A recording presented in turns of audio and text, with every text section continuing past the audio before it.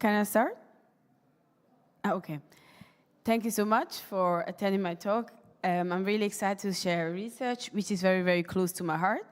It's called NFT Beyond the Hype, How Token Economy Impacts Creative Entrepreneurship. My name is Abena. This image here is one of the most expensive Bored Ape sold for US $3.4 million in October 2021. When I saw this image, I was like, wow. I mean, so many thoughts went to my mind, starting with who creates something like this? What motivates people? What's the process of doing an image like this? And who is buying actually an NFT? The curious person as I am, I always want to have more meanings towards something that I see on social media. That's why I derive my inspiration to doing the research, and it was part of my second master that I just completed now.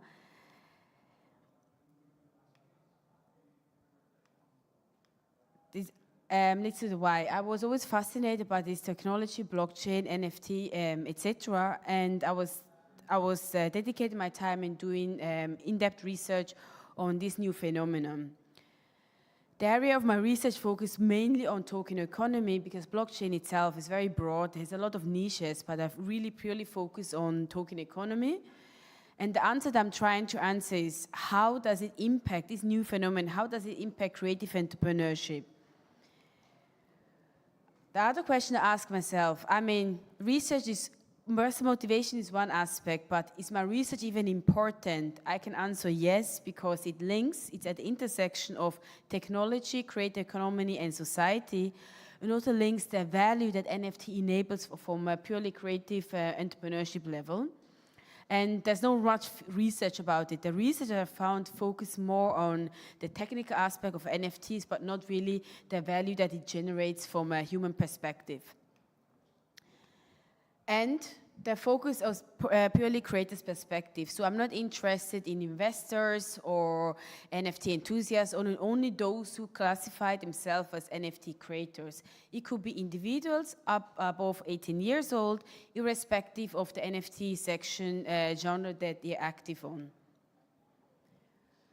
Well, but first I start with my research. I ask myself, how does the NFT ecosystem look like? I mean, it can be summarized as a two-sided marketplace. Those who are buying NFTs can be classified as fan. I consider myself as a fan. I have high emotional connection to all of my NFTs. I rarely sell any of them. And then we have those flippers, means flipping JPEGs left and right. And their motivation in being engaged in the ecosystem is purely monetary driven. On the other side is the focus of my research are those who are creating NFTs. It could be game designers, painters, music producers, artists, photographers, etc. Those who are actually doing creative value expression.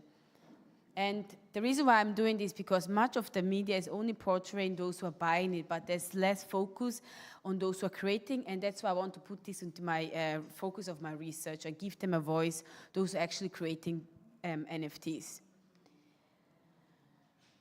First, I started doing literature review. Creative economy is not a new concept. It has existed since many years, many decades, and is characteristic by human creativity, technology, and ideas. And at the moment, creative economy is undergoing a massive digital transformation in the form of AI, virtual reality, and blockchain technology. The second aspect of my literature review is focused on the technical aspect of NFT schema, starting with the blockchain technology, technical application, smart contract on top of it. Without them, NFT would not exist. Token economy.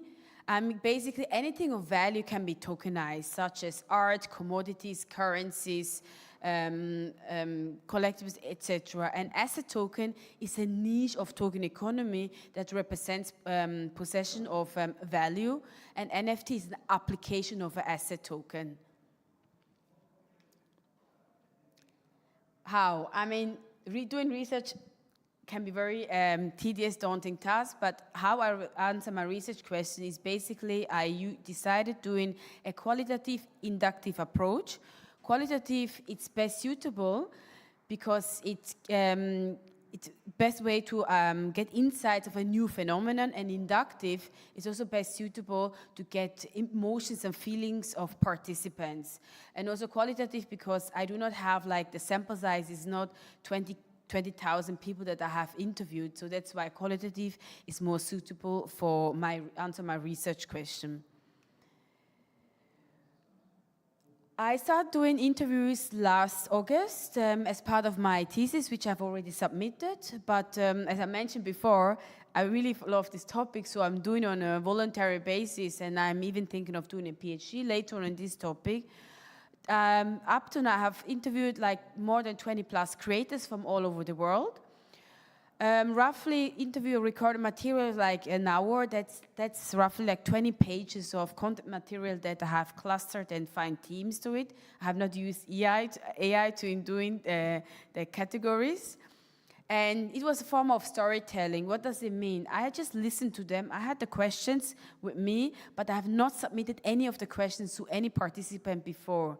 The reason why I didn't do this because I've proven that when participants don't know what I'm asking, they speak more freely, more open, they share more insights than just rather sticking to the questions. I really was fascinated by all the interviews. I always thought that, oh, I've done so many interviews, I don't get any new perspective, but each participant has opened up, showed me this whole research from a different angle, pointed up into a different direction. It was really interesting to just listen to them without being judgmental, without I just give them a voice, and I was just observing and listening to their stories. Some of them, I had to nudge them back into the direction because they were talking from A to B to Z. It was interesting, but wasn't really answering my research question.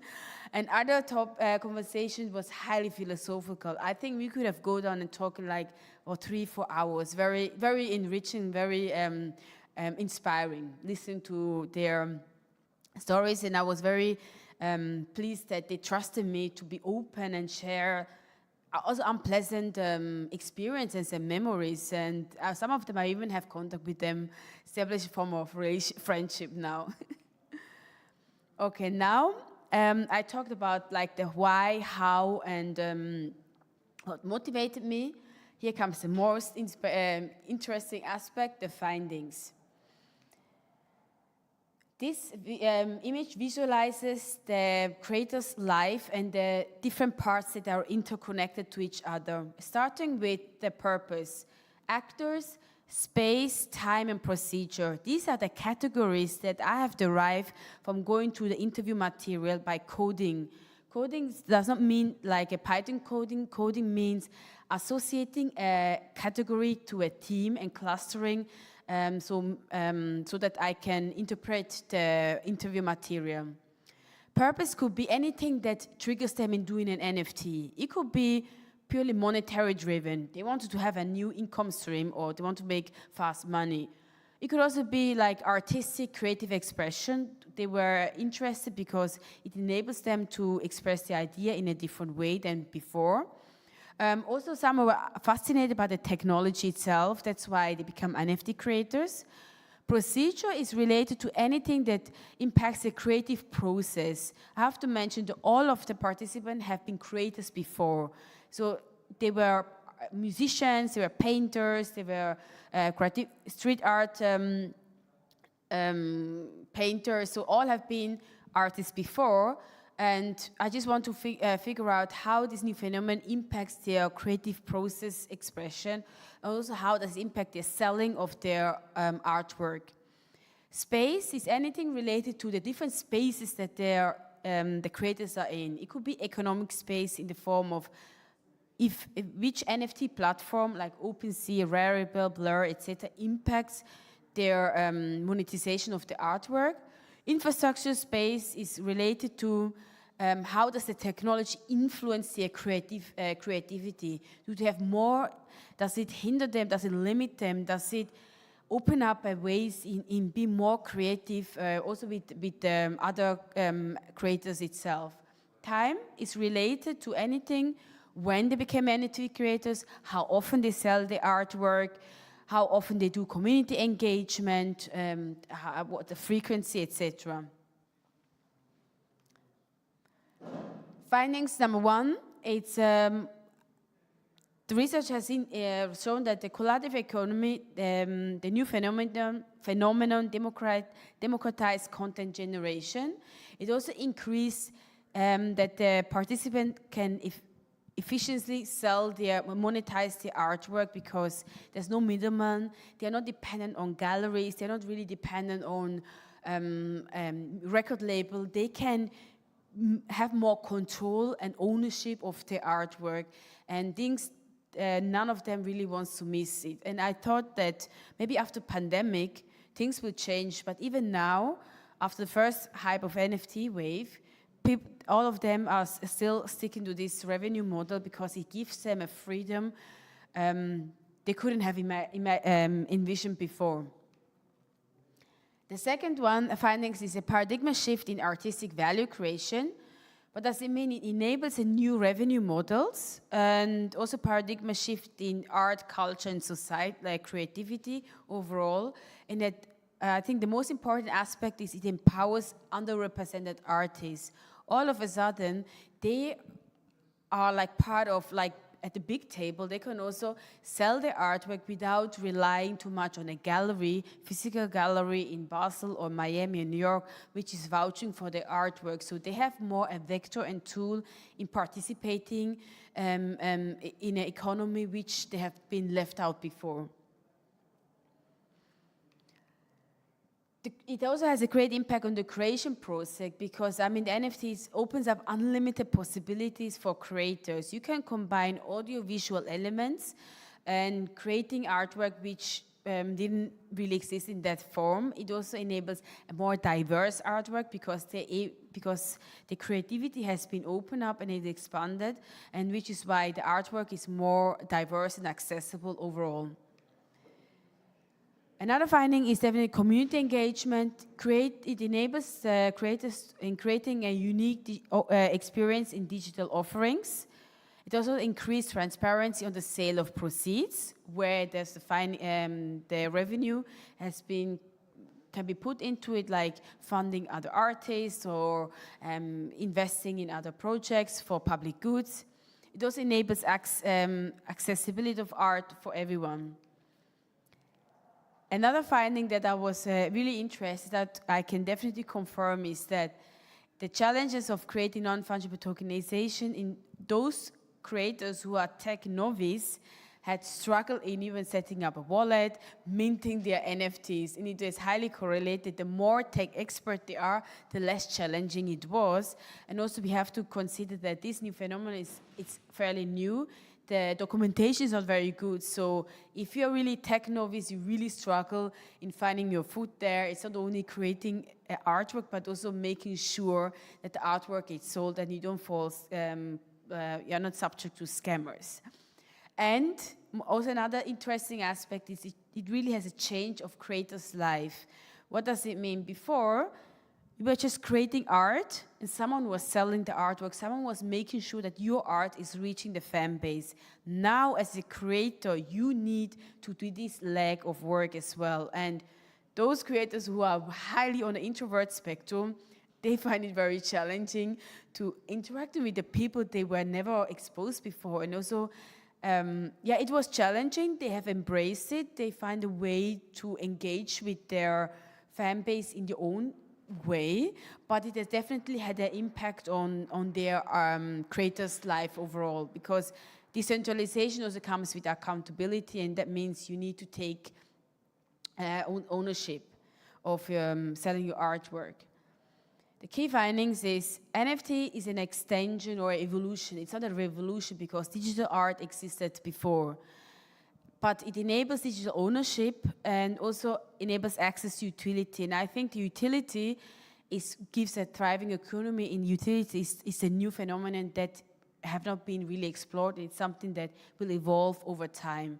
I mean, it will be really interesting to see, doing research in 2 or 3 years' time, to see the findings that I have now, how has this changed and how it has evolved the whole ecosystem. I mean, I'm doing this research on an ongoing basis. If you know anyone, any NFT creators, let me know. I'm looking for more people who want to participate, to expand this research, to get more insights into it, especially more female creators. I'm lacking at the moment. Yeah, here's my contact details, so let's stay in touch, and thanks for attending my talk. I hope you enjoyed.